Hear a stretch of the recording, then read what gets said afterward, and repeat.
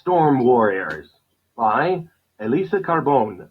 Selection illustrated by James Ransom. Essential question: what conclusions can we draw about the sea? It's 1896, on Pea Island, part of North Carolina's Outer Banks. Nathan dreams of becoming a fearless surfman with Pea Island's elite African-American life-saving crew.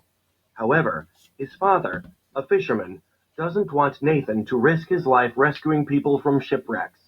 Nevertheless, Nathan studies medical books and learns critical life-saving skills. Then, a hurricane hits the Outer Banks. The E.S. Newman runs aground in the storm. This is Nathan's chance to help the surfmen. As the storm rages, he begins to realize that knowledge is as important as bravery. I stumbled forward and caught my balance on the side of the beach cart. I faced the sea and the wind. There was the sunken ship, hardly 30 yards from us.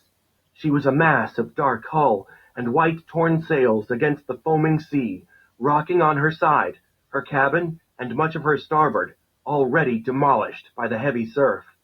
As I stood with my mouth open, panting, the wind blew my cheeks floppy and dried my tongue. A cheer went up from the sailors aboard the ship. They'd spotted us and had high hopes that they would soon be rescued. I expected to hear the command, "Action," to begin the Breeches Buoy rescue, but heard nothing. It took me a moment to realize what Keeper Etheridge must already have figured out. Our equipment was useless. There was no way to dig a hole for the stand anchor under these rolling waves. Nowhere to set up the Lyle gun. That's when I heard Mr. Meekins' voice above the din of wind and surf. "Those waves won't stop me from swimming through them. They're all blown over, hardly taller than a man," he said. Swim? Swim out into that raging sea? I stood rigid and watched as Mr. Etheridge pulled a large-sized shot line out of the beach cart and helped Mr. Meekins tie it around his waist. Mr. Pugh was tied in as well, and the heaving stick, attached to its own line, was secured to Mr. Meekins' body. The wind shoved at me and buffeted my ears. It was unthinkable what these men were doing. Violence swirled around us, a deadly churning mix of wind and sea, and these two surfmen were walking into it. "Man the ropes!" shouted Mr. Etheridge. "One of them goes down, we'll haul them both back in." Mr. Meekins and Mr. Pugh were dark forms against the white foam, plodding into the surf. Powerful waves smacked them in the chest. They ducked their heads down and pushed forward. I watched, with a sick feeling in my stomach, as the realization crept over me. I would never be able to do what these men were doing. The words of their motto ran through my head. "You have to go out, but you don't have to come back." In that moment I knew, with not a shred of doubt, that I did not have the courage to risk my life that way. The dream, and all the months of hoping, blew away as quickly as the foam off the waves. William and Floyd and Daddy were right. I would never be a surfman. Stop and think. Infer, predict. Do you think the rescue crew will be able to rescue the sailors? What makes you think as you do? Use the text to support your answer. There was no time for me to wallow in my loss. The men were paying out the ropes, and I was a fisherman, here to help. I took hold of one of the ropes. I turned my face sideways to the wind, but still it made my eyes blurry with tears. Blindly, I let the rope out, hand over hand, then squinted out toward the ship. A ladder had been lowered, and the sailors leaned over the side, waiting. Mr. Meekins and Mr. Pugh were almost there. I heard another cheer from the men on the ship. When I peered out, Mr. Meekins was swinging the heavy stick and line. He let it fly, and it landed on deck. The sailors would tie the line to the ship so that the rope could help steady the surfmen as they made their way from ship to shore and back again. Soon we were hauling rope back in.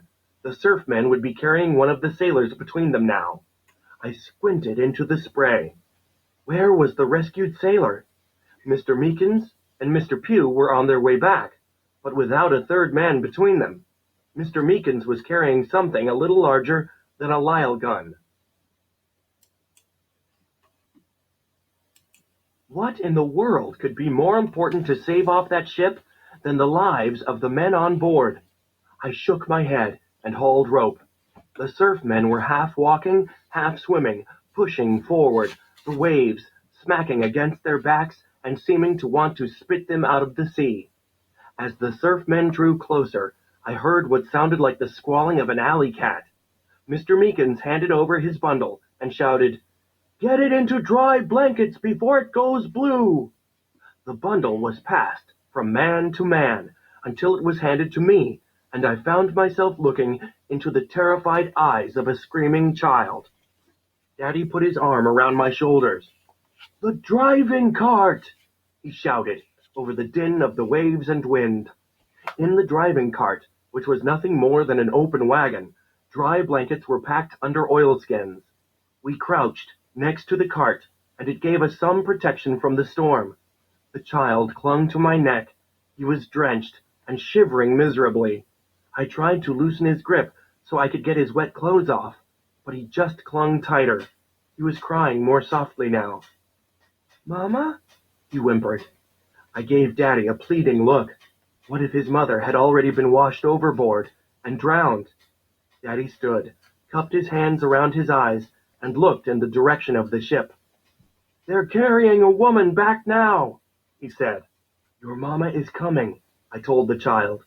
He looked to be about 3 or 4 years old, with pale white skin and a shock of thick brown hair. "Let's get you warm before she gets here." We had the boy wrapped in a dry blanket by the time his mother came running to him, cried, "Thomas!" and clutched him to her own wet clothing with such passion that she probably got him half drenched again. The lady, who told us her name was Mrs. Gardner, said she'd be warm enough in her wet dress under blankets and oilskins.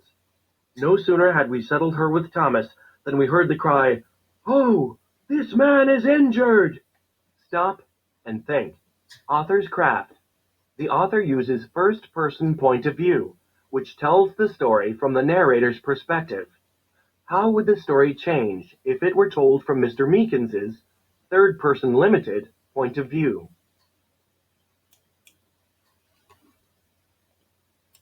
I ran to see. A young sailor had just been delivered by the surfmen. Blood dripped from his head and stained his life-preserver. His lips were a sickly blue. He took 2 steps, then collapsed, face first into the shallow water. Mr. Bowser dragged him up by his armpits and pulled him toward the driving cart. "George, take over my place with the ropes," he shouted to Daddy. "Nathan, come help me."